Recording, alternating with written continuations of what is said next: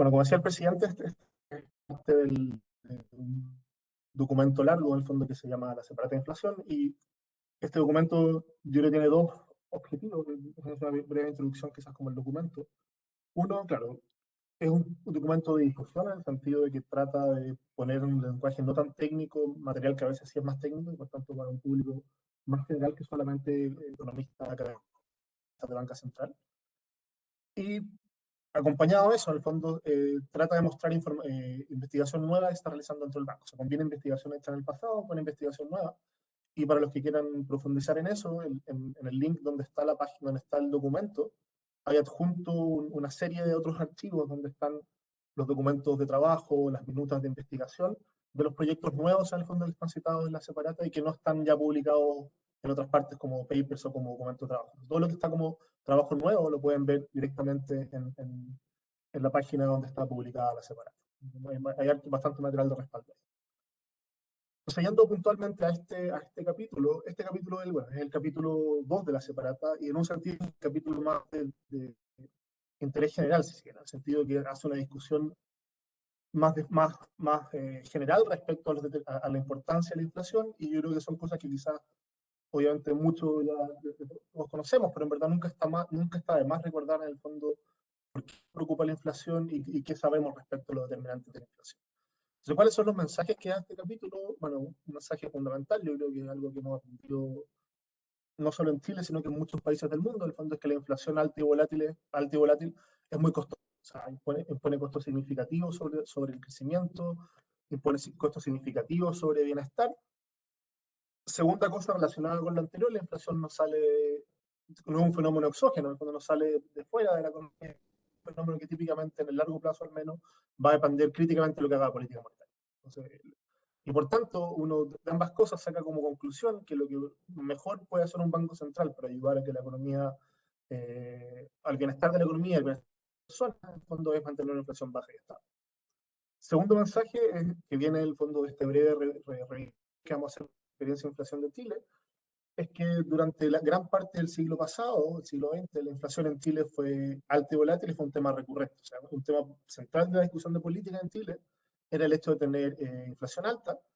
Y yo creo que hay buena evidencia que va a decir que esta inflación alta o esta persistencia de la inflación alta estuvo muy relacionada con el comportamiento de la política fiscal y la relación que había entre financiamiento del déficit fiscal y emisión monetaria. Y bajo esa prisma, en el fondo, la autonomía del Banco Central de los últimos 30 años, en el fondo, con un objetivo explícito de estabilidad de precios y la separación de financiamiento al fisco, ha sido un factor clave para alcanzar inflación baja estable en las últimas 3 décadas. Y por último, la parte quizás más conceptual del documento va a decir la relación de corto plazo entre política monetaria y inflación y actividad real va a venir en el fondo de la existencia de rigideces de precios o de fricciones en el proceso de ajuste de precios. Y eso va a llevar, por ejemplo, al uso de la curva de Phillips, que relaciona actividad con inflación, como una herramienta analítica relevante para entender en el fondo cómo se conduce la política monetaria y cómo se comporta la economía en el corto y mediano plazo. Entonces, ¿cuál es la estructura de esta presentación? Primero, una visión general de por qué la inflación es importante y qué puede hacer la política monetaria contra la inflación. Segundo, esta breve revisión de la experiencia inflacionaria en Chile. Y tercero, lo que les dije recién de los determinantes más de corto plazo de la inflación y la curva de Phillips. Entonces, simplemente para poner sobre la mesa definiciones que conocemos, pero que es bueno siempre tener de nuevo en mente, la inflación, ¿qué es lo que es la inflación? La inflación no es un cambio temporal en precio, no es un cambio de precios relativos, es un cambio sostenido en el índice general de precios. Por tanto, es un fenómeno nominal, que no implica cambio en precios relativos, que sería un cambio real. Esto es un cambio nominal, o sea, todos los precios de la economía se mueven a una determinada tasa a lo largo del tiempo. La inflación, obviamente, es conceptualmente, si yo quiero traducir eso en la práctica, tengo que medirla de alguna manera, tengo que tener alguna noción de qué son los precios de los que estoy hablando. Lo que típicamente se hace en todos los países del mundo, ¿cierto?, es usar un índice, y típicamente lo que se hace es un índice de consumo, una canasta de consumo. Se define una canasta de consumo que es representativa de lo que las personas en la economía consumen, y en el caso de Chile es el IPC, que calcula el INE. El IPC, como cualquier canasta de consumo, o como cualquier índice de precio, va a tener limitaciones. Por ejemplo, el hecho que la canasta de las personas va cambiando en el tiempo, va cambiando por shocks de ingreso, va cambiando por cambio en precio relativo, va cambiando porque algunos bienes quedan obsoletos y aparecen nuevos bienes, Obviamente el cálculo del IPC captura eso, por ejemplo, porque se va actualizando la canasta, pero en algún margen probablemente estos cambios ocurren de una manera muy rápida. Por tanto, siempre el índice en algún margen va a estar un poco rezagado respecto a lo que está pasando con la canasta. El IPC es una canasta promedio de consumo, y por tanto hay hogares que quizás tienen canasta un poco distintos, quizás los hogares de ingreso alto tienen un consumo distinto a los de ingreso bajo, o la gente mayor consume distinto a la gente joven. Eso también está asociado al fondo que es una canasta promedio, y por tanto quizás no va a reflejar perfectamente en cada momento del tiempo la inflación de lo que todas las personas de la economía. Y tercera cosa que va a ser bien importante, sobre todo para la conducción de política monetaria, es que el IPC puede ser volátil, porque está sujeto a precios específicos. El precio de los tomates sube mucho en un mes y eso hace que el IPC medido suba, sin que eso sea en verdad un cambio en la inflación como de mediano plazo, es una cosa temporal, estacional, que se va a acabar, pero obviamente eso va a afectar la medición de IPC. Pero pese a eso, el fondo eso no implica que el IPC no sea un buen índice. El IPC combina confiabilidad, representatividad y facilidad de comunicación como una medida del proceso inflacionario relevante. Entonces, en ese sentido, en el largo plazo estas distinciones pierden relevancia y todas las medidas van a converger a la inflación tendencial. Sin embargo, para el corto plazo y la conducción de la política monetaria, las medidas de inflación que de alguna forma sacan componentes muy volátiles pueden ser valiosas. Y ahí, por ejemplo, tenemos este trabajo de Guillermo Pancalomagno, Jorge Fornerio y Andrés Sansone, que están en estos documentos que les decía que están adjuntos junto a la separata en la página web, que muestran en el fondo cómo ellos pueden escoger un índice que excluya volátiles, en el fondo, y que capture de mejor forma la inflación tendencial. Y en el fondo ellos, típicamente lo que se hacía antes era simplemente sacar alimentos y energía a mano. Eso nunca se consideraban alimentos y energía. Eso es lo que se llamaba el IPC-SAI, que era una métrica de tratar de tener una medición de la inflación subyacente, o sea, la inflación sacando como las tendencias muy volátiles de corto plazo. Lo que estos autores hacen en este documento, y lo que está haciendo el banco ahora, en el fondo es buscar una mejor métrica que no saque categorías de bienes por ser esos bienes simplemente, sino que en base a su volatilidad. Y demuestran efectivamente que este IPC sin volátiles efectivamente logra capturar de mejor forma la tendencia del IPC, que es lo que se ve, la tendencia de la inflación de mediano plazo, que es lo que se ve acá. La línea azul es el IPC, o sea, la verde es el IPC normal, y el rojo es el IPC sin volátiles, que vemos que es más suave. O sea, de alguna forma se acerca más a la tendencia inflacionaria de mediano. ¿Por qué la inflación es costosa? Bueno, yo creo que hay varias dimensiones. La primera es que el sistema de precios cumple un rol muy importante en la economía, al entregar una métrica de la escasez relativa de bienes y servicios. Y por tanto, todo lo que distorsione o entorpezca esa señal va a ser costoso. Y eso es lo que hace la inflación. La inflación, especialmente cuando es alta y volátil, va a ser más difícil distinguir señal cambios de precios relativos, que sí deberían cambiar la asignación. O sea, si un bien se encarece respecto a otro en términos reales, efectivamente es productivo para la economía que se vayan más recursos hacia algún tipo de bienes. De cambio absoluto, donde todo el precio que se junta, donde el precio relativo se mantiene. La inflación alta hace que eso empiece a ser más difícil de leer. Por tanto, la asignación de recursos se entorpece. La inflación también introduce incertidumbre. No sé bien cómo hace la inflación a futuro. Eso afecta, por tanto, la extinción de tasas nominales, tasas reales, el retorno de los proyectos. Eso va a tener efectos adversos también. Y además empieza a requerir el uso de instrumentos de cobertura. O sea, la gente tiene que empezar a gastar tiempo y recursos en protegerse de la inflación, diseñar contratos, hacer arreglos financieros para protegerse de la inflación. Y todo eso tiene costo. Y por tanto, hay una larguísima evidencia que sugiere que la inflación alta tiene un efecto negativo en crecimiento, en inversión y en asignación de recursos. Y si esto se suma a más volatilidad, esos efectos se exacerban. Todo eso como de la parte como crecimiento y inversión. Y también la inflación es regresiva, una cosa que se olvida, en el fondo la inflación no golpea parejo a todo el mundo, golpea más a la gente que tiene menos capacidad de protegerse financieramente, ya sea porque mantiene más saldo de dinero, más parte de su sueldo lo mantiene en dinero, en una cuenta corriente, en una cuenta vista, gasta más porcentaje de su ingreso como consumo porque no tiene capacidad de ahorro, quizás recibe más ingresos laborales que no están cubiertos de la inflación, o sea, va a golpear, no va a golpear homogéneamente a la población, sino que va a horadar probablemente la capacidad de compra más de algunos grupos de la población que de otros. Y por tanto, una alta inflación va a disminuir el bienestar de la población, tanto por efecto adverso en crecimiento como por este efecto regresivo. Entonces, uno pregunta, bueno, ¿de dónde sale la inflación? Y acá yo creo que hay un consenso en gran parte de la literatura, y un consenso que se ha alcanzado en el tiempo, que en el largo plazo hay una separación en algún margen entre las variables reales y las variables nominales. En el sentido que las variables nominales van a depender de variables nominales, y por tanto la inflación, que es un fenómeno nominal, en el largo plazo va a depender del comportamiento de la política monetaria, que también es un factor nominal. Entonces, yo no puedo decir en el fondo que a largo plazo la inflación depende de la estructura productiva de la economía o de la productividad. Va a depender en el fondo de factores nominales. Y esto hay mucha evidencia, yo creo, bastante robusta, que efectivamente a largo plazo la correlación, por ejemplo, del dinero con la tasa de inflación es alta. No siempre, no en horizontes cortos, eso es lo que vamos a hablar un poco más adelante, no quizás en mediano plazo, pero sí en el largo plazo la correlación entre dinero e inflación o entre política monetaria e inflación es muy alta. Y eso, por tanto, dice que en el largo plazo la política monetaria puede determinar el nivel de inflación. O sea, si la economía tiene una inflación de 20%, de 2%, de 40%, no es una cosa que venga de afuera del comportamiento del Banco Central, sino que depende directamente de lo que haga el Banco Central. Y ahí, por tanto, surge la pregunta, bueno, si la inflación es costosa y en largo plazo depende de la política monetaria, ¿por qué hay inflación?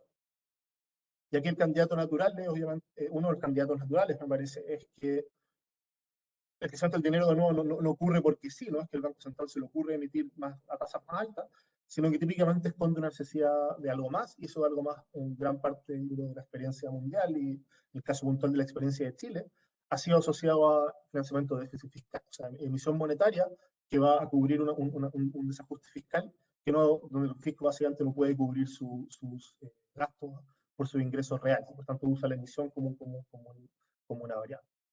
En el corto y mediano plazo, esta distinción real nominal que decíamos que existe en largo plazo se puede romper por la existencia de fricción en el proceso de ajuste de precios, y en el corto plazo, efectivamente, la inflación ya no solo va a estar anclada directamente como al comportamiento de la política monetaria, sino que también va a responder a estos factores asociados a efectos reales, que va a ser justamente un mecanismo de transmisión de la política monetaria, y también a otros factores externos domésticos, que es lo que vamos a hablar al final del capítulo, y también vamos a hablar después en las siguientes presentaciones.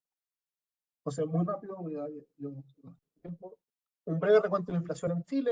Hay una larga literatura de artículos que discuten la inflación moderna y muchos autores que han contribuido a estas visiones de retrospectivas de la inflación en Chile, así que nos vamos a colgar acá de lo que ha hecho gente en el pasado. Primero, simplemente recordar algunos números. O sea, durante gran parte del siglo XX, la inflación alta y volátil fue un tema en la economía chilena. Si uno saca el promedio simple entre el año 25, que es cuando se funda el Banco Central, el año 2000, o sea, 75 años, la inflación promedio anual fue 43%. Suena muy alto si uno compara lo que hemos vivido en los últimos 20 años. Y si uno se va al periodo 50-80, que es como quizás el periodo más inflacionario, va a llegar a que la inflación fue 86%. O sea, un número realmente muy alto durante un periodo largo. Esto no fue constante, obviamente. Esto fue un problema que se fue agravando en los 50-60 y que alcanza su pico en los 70. Y ahí tenemos en la primera mitad de los 70 tenemos inflación promedio en torno a 300%, y esta inflación que ya alcanza su pico histórico el año 73, ya con un proceso hiperinflacionario de 600%. A partir de ese punto uno ve una caída en la inflación, si vamos directamente a este gráfico, acá nos recuerda básicamente la escala de lo que estamos hablando. El gráfico azul es la serie entera de inflación, donde de alguna forma lo que ocurrió en los 70 como que distorsiona todo, porque las otras inflaciones no se ven tan altas en comparación, pero sí lo son. Ahí son inflaciones en torno al 100%, claro, que palidece versus una de 600, pero efectivamente tenemos un periodo largo de inflación alta, que empieza a disminuir a fines de los 70, pero que igual lo que es interesante es que no disminuye de manera tan rápida. O sea, tenemos igual después del periodo 80-90, la inflación sigue siendo no súper alta, pero moderadamente alta. La línea roja, en el fondo, empieza a agarrar el periodo, justamente donde la inflación ya no es hiperinflación, está en el eje derecho, esta línea roja. Efectivamente, tenemos inflaciones en torno a 30%, 20% durante un tiempo largo, y acá inicia este periodo de desinflación sostenida, en el fondo, que empieza después de la autonomía. Y estos son los últimos 20 años, donde básicamente la inflación se acerca mucho ya a algo mucho más estable y muy diferente a lo que teníamos en el pasado. Recuerden que la escala de esto es infinitamente más grande que la escala de esto, por tanto este periodo es plano básicamente en comparación a todo lo que ocurrió acá. Bueno, ¿cómo podemos pensar esto? Bueno, una forma de pensar en esto es que la subordinación de la política monetaria a la necesidad de financiamiento fiscal fue importante para lo que vi. En el fondo, uno puede relacionar, yo creo, tanto analíticamente como en términos de datos, como en términos de la historia, como en la narrativa de lo que pasaba, el financiamiento de déficits fiscales con lo que pasaba con la emisión monetaria y por tanto con la inflación.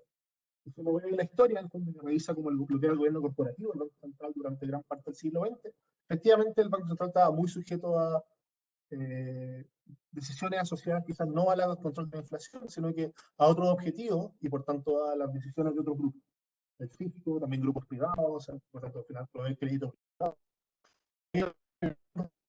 Muy importante en proveer crédito y por tanto la emisión monetaria estaba muy asociada a financiar a distintos grupos.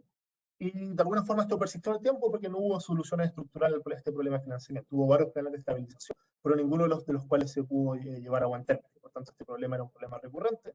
Y uno puede ver efectivamente que el déficit fiscal sigue de manera muy cercana a la dinámica del señoriaje. Y si uno ve el episodio este hiperinflacionario de los 70, va a ver que el dinero explota en ese periodo y también lo hacen las colocaciones directas del Banco Central. Estos son estos gráficos, simplemente este es un gráfico de un paper de Caputo y Sarabia, donde se ve claramente acá la relación entre déficit total del fisco y el señoriaje, especialmente durante los 60-70. Esto un poco como estas regresiones que hablábamos antes de largo plazo de dinero e inflación, uno va efectivamente a ver que hay una correlación que está básicamente generada por este episodio de mediados de los 70, donde el dinero crece muy fuerte junto a la inflación.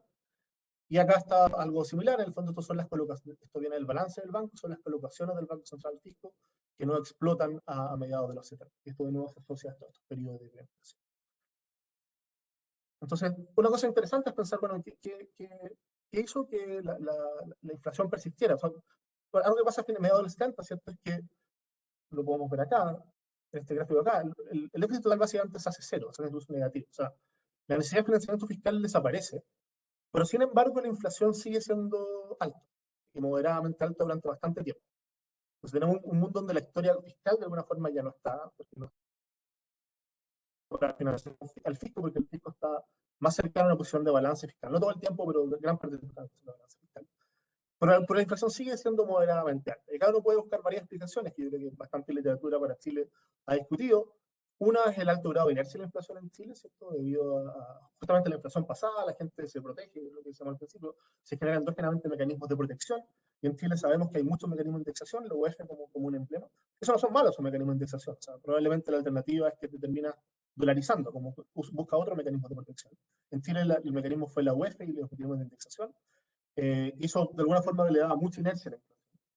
También se abrió la cuenta de capitales durante el fin de los 70 y eso provocó un aumento endógeno en la cantidad de dinero junto con la caída de las tasas de interés. Salvo el periodo tipo de cambios fijos de 79-82, que fue un periodo donde efectivamente, bueno, el tipo de cambio se fijó y se generó un ancla nominal. Tampoco la economía tuvo un ancla nominal explícito, significa que no había una métrica en el fondo que dijera, ya, a esto tienen que alinearse las cantidades. Y probablemente después de la crisis del 82-83, cuando cae el tipo de cambio fijo, viene la crisis bancaria, el control de la inflación no era prioritario. O sea, había otros objetivos más urgentes, que era reactivar la economía, recomponer el sector financiero, y por tanto había más tolerancia probablemente a convivir con inflaciones moderadas. Entonces, en el año 90 viene la autonomía, y ahí, rápido con esto, conocemos esta historia, dos elementos fundamentales, estabilidad de precios y esta separación ya formal del financiamiento al fisco, y lo que uno ve en 90-99 es un proceso gradual de desinflación, donde a poco el Banco Central va construyendo credibilidad, primero con unos objetivos de inflación, o proyecciones de inflación, anuncios de cuánto se espera que sea la inflación el siguiente año, que poco a poco van convirtiéndose en las metas de inflación que tenemos hoy día. Y la inflación cae bastante lento, durante 10 años, de 27 a 3%. Y el año 99-2000 se adapta formalmente a las metas de inflación, el régimen que tenemos hasta hoy día, 3% a 2 años, inflación proyectada 3% a 2 años, y se abandona también el objetivo cambiario, que está todavía explícito, todavía hay una banda de flotación, se deja flotación cambiaria. Lo que es clave, la adopción de este proceso y todo este proceso como exitoso de esta industria macro, es que fue acompañado de política fiscal balanceada. O sea, el Banco Central por sí solo no se saca nada probablemente con una política monetaria que trate de aumentar metas de inflación si sigue persistiendo un desbalance fiscal. Por mucho que ese desbalance fiscal no sea financiado directamente por el Banco Central. O sea, fue la combinación de este conjunto de políticas macro, tanto inflación, metas de inflación por parte del Banco Central, como un régimen de responsabilidad fiscal, lo que permitió el fondo esta reducción de inflación, que ha sido de nuevo una cosa inédita, si quiere, en la historia moderna de Chile, que ha sido un factor de estabilidad bien importante. Simplemente como para poner esto en contexto, lo que ha pasado en Chile también pasó en otras partes. Entonces, si uno ve la inflación en el mundo, se va al año 74, la mediana inflación mundial era 17%, y el año 2018 era 2,4%. O sea, la caída de inflación en Chile se parece en algún sentido a lo que pasó en otros países, y eso yo creo es por general en el mundo, y no en todos los países, pero en parte importante de los países del mundo, había una mejor comprensión de lo que en verdad puede y no puede hacer la política monetaria. Eso yo creo que ha mejorado los mecanismos de diseño de tanto de la política monetaria como fiscal. Y también esto quizás ha sido facilitado por otros procesos que van a discutir, por ejemplo, Sofía, un rato más, como los shocks de oferta a nivel global que ocurrieron durante las últimas 2 décadas, asociados básicamente al ingreso de China y países asiáticos al mercado comercial. Y ya para ir a la última parte, en el fondo, entonces, básicamente la transición anterior hablaba como del largo plazo en un sentido, ahora queremos hablar un poco de corto plazo. En el corto plazo, si existen fricciones en el proceso de ajuste de precios, la política monetaria puede tener un efecto temporal en el sector real. Y eso, por tanto, le empieza a dar un rol a la política monetaria como una herramienta de estabilización. O sea, no solo la política monetaria puede en el largo plazo controlar la inflación, está preocupada como sustituto prioritario de la inflación, pero también eventualmente puede jugar un rol de estabilizador de corto plazo de la actividad real. Estas riquezas pueden tener distintas historias, costos de menú, secciones de información, contratos. Bueno, distintas formas que la literatura ha tratado de racionalizar la existencia que por qué los precios pueden ajustarse de manera perfecta en el tiempo. En el corto plazo, en el fondo, las fricciones de precios establecen este vínculo entre actividad real e inflación, y eso le da a la política monetaria lo que llamamos los mecanismos de transmisión, ¿cierto? La capacidad de afectar la inflación por distintos mecanismos, y la inflación también en el corto plazo va a depender de shocks externos y otros factores, que es un poco lo que van a discutir tanto Sofía como Andrés más adelante. Y dado justamente que en el corto plazo la inflación está afectada por muchas cosas, en términos coloquiales, es importante tener alguna métrica respecto a qué cosas son importantes. Y eso es parte de lo que justamente de lo que el banco hace. El banco para eso usa modelos estructurales y modelos semiestructurales, usa modelos con estructuras complejas de la economía que algunas parte con agentes que optimizan y personas que toman las mejores decisiones, como de primeros principios, o sea, un modelo bien microfundado, y modelos más resumidos, en el fondo, que de alguna forma resuman estas decisiones de equilibrio y tratan de explicar lo que está pasando. Por ejemplo, si uno va al gráfico siguiente, este gráfico que es lo que hace esta es la desviación de la inflación respecto a su tendencia, a la meta, perdón, que es su tendencia, efectivamente ha sido su tendencia. Y lo que uno ve en el fondo es la importancia tanto hacia arriba como hacia abajo, o sea, tanto aumentar la inflación como bajar la inflación, que han tenido distintos tipos de shocks. Shocks de demanda, shocks de oferta, shocks de política monetaria, o sea, comportamientos tanto de cosas que pasan afuera de la economía chilena, estos shocks externos de acá, que han sido importantes para entender cómo se comporta la inflación en el corto plazo. No, la tendencia de alguna forma está determinada por la política monetaria. En el corto plazo la inflación se va a mover también por otras cosas. Y lo que vemos acá es que los shocks de demanda, los shocks de externos van a ser muy importantes. Esto de alguna forma refleja lo mismo. Dice, mire, veremos el IPC total y el IPC sin volátil. Sobre el IPC sin volátil, el que hablamos al principio, el que venía a excluir las cosas que son muy ruidosas en el corto plazo. Si uno ve el IPC total, va a ver que su varianza la explican en parte bien, muy importante los shocks externos, o sea, lo que pasa fuera de la economía, y por eso vamos a tener un capítulo completo dedicado a lo que pasa afuera. Va a ser un tercio de la varianza de la inflación, lo explica en el corto plazo, le explica los shocks externos, pero también tiene un rol muy importante los shocks de oferta y los shocks de demanda. Cuando sacamos la parte volátil, vemos que las cosas de oferta, o sea, básicamente están asociadas a cosas volátiles y pierden importancia cuando excluimos los componentes más volátiles. Y ahí básicamente nos quedamos con shocks de demanda y shocks externos. Entonces, en el corto plazo la inflación va a depender bastante, estas fluctuaciones en torno a su tendencia, va a depender bastante de shocks de tipo de demanda y shocks externos. Una manera de racionalizar esta relación entre cosas reales e inflación. Matías, Sí, estamos en la hora, así que si ya, puedes ir voy a terminar en redondeando. 2 minutos. 2 minutos, ya. En la curva de Phillips. La curva de Phillips es una relación que establece la inflación contra inflación esperada, rezagos de inflación y un componente real.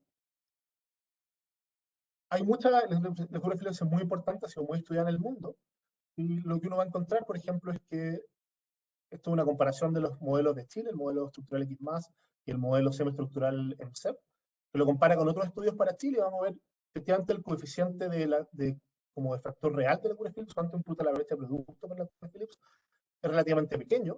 Eso no significa que la actividad no importe para la inflación, porque la brecha de producto va a ser muy persistente, por tanto, aunque esto es poco en un periodo de tiempo, este efecto va a ocurrir durante muchos periodos. Yo creo que una estrategia como para ir cerrando, hay una larga literatura que ha discutido recientemente que la curva de Phillips quizás ya no sirve tanto como una herramienta analítica, en parte porque después de la gran recesión del 2008-2009, en el mundo desarrollado, como que se rompió el aguante como que se rompió la relación entre inflación y actividad real. O sea, como que la actividad real se movió un montón, básicamente, y la inflación no se movió mucho. Y hay varias explicaciones que han surgido de que se están viendo mal las brechas, a que quizás las expectativas se anclaron. Y si uno mira en Chile, va a ver que efectivamente eso no es tan claro. O sea, si uno ve esta relación brecha-inflación, no va a ver tan claramente este fenómeno. Por tanto, uno cree que en Chile es una variable relevante. Y con esto sí que, esto es lo que decía el presidente al final, le hemos usado bastante microdatos en el último año, en los últimos 4 o 5 años del Banco Central para diversos fenómenos. Uno de ellos justamente el comportamiento de los precios. Y entender efectivamente a nivel micro cómo los precios pueden presentar rigidez en el precio de ajuste, que de alguna forma justifican estos modelos más macro, como estas relaciones de equilibrio más macro, como la curva de Phillips. Y por ejemplo, este paper de Canales y López Martín, ellos van a mostrar en el fondo, en base a datos del INE, que hay un porcentaje bien importante de los precios, esto es para noviembre de 2018, estos son los componentes del IPC básicamente. Básicamente, cerca de un 20% de los precios habían permanecido fijos por más de un año. O sea, por lo tanto, los precios sí se ajustan. Esta es la distribución de cuánto tiempo ha pasado desde el último ajuste de precios. Entonces, un tercio de los bienes se habían ajustado en el último mes, pero 20% de los bienes no habían cambiado de precio durante el último año. Por tanto, sugiere efectivamente que el proceso de ajuste de precios no es continuo, ocurre de manera lenta y es importante eso puede estar asociado a estas fricciones de precios. Y un ejercicio, un trabajo ya con esto sí que es lo último. Otros trabajos recientes, los que un poco mencionó el presidente, Peña y Prades y Arruo et al, han tratado de estudiar en el fondo cómo fricciones cómo las procesos de ajuste de precios cambian respuesta a shocks. Ellos han estudiado el proceso han usado distintas fuentes de microdatos para estudiar cómo, por ejemplo, la crisis social en Chile o la pandemia han afectado el proceso de ajuste de los precios. Lo que ellos han visto es que en estos episodios como de turbulencia, los precios se ajustan más lentos. Bueno, voy a saltar las conclusiones, pero ya las he mencionado, simplemente algunas áreas de investigación futura relacionadas a este tema, y con esto es literalmente la última slide. Son estos trabajos que está haciendo en el banco hoy día, que de alguna forma profundicen los temas que hemos planteado hoy día. Un tema es la heterogeneidad en rigidez de precios entre sectores y áreas, de alguna forma es como pensar quizás en curvas de Phillips que varían en el fondo por sectores o por área geográfica. De alguna forma profundizar en cuáles son los determinantes de la rigidez de precios. O sea, hubo un estudio ya se ve que los precios se ajustan lento. Bueno, ¿por qué se ajustan lento? Y hay trabajos, por ejemplo, que relacionan eso con la incertidumbre, que es uno de los que está ahí abajo. Una pregunta relacionada, quizás no hablamos mucho de eso, es ¿qué pasa con los márgenes de precio? ¿Cómo los márgenes son un proceso de ajuste en respuesta a shocks? Y por último, un precio que quizás hoy día no hablamos mucho, son los salarios. También uno puede pensar en, bueno, ¿cómo son las dinámicas de ajuste de los salarios individuales frente a distintos tipos de shocks y si vemos fricciones en ese proceso? Así que disculpe por pasarme el tiempo y eso sería todo. Muchas gracias.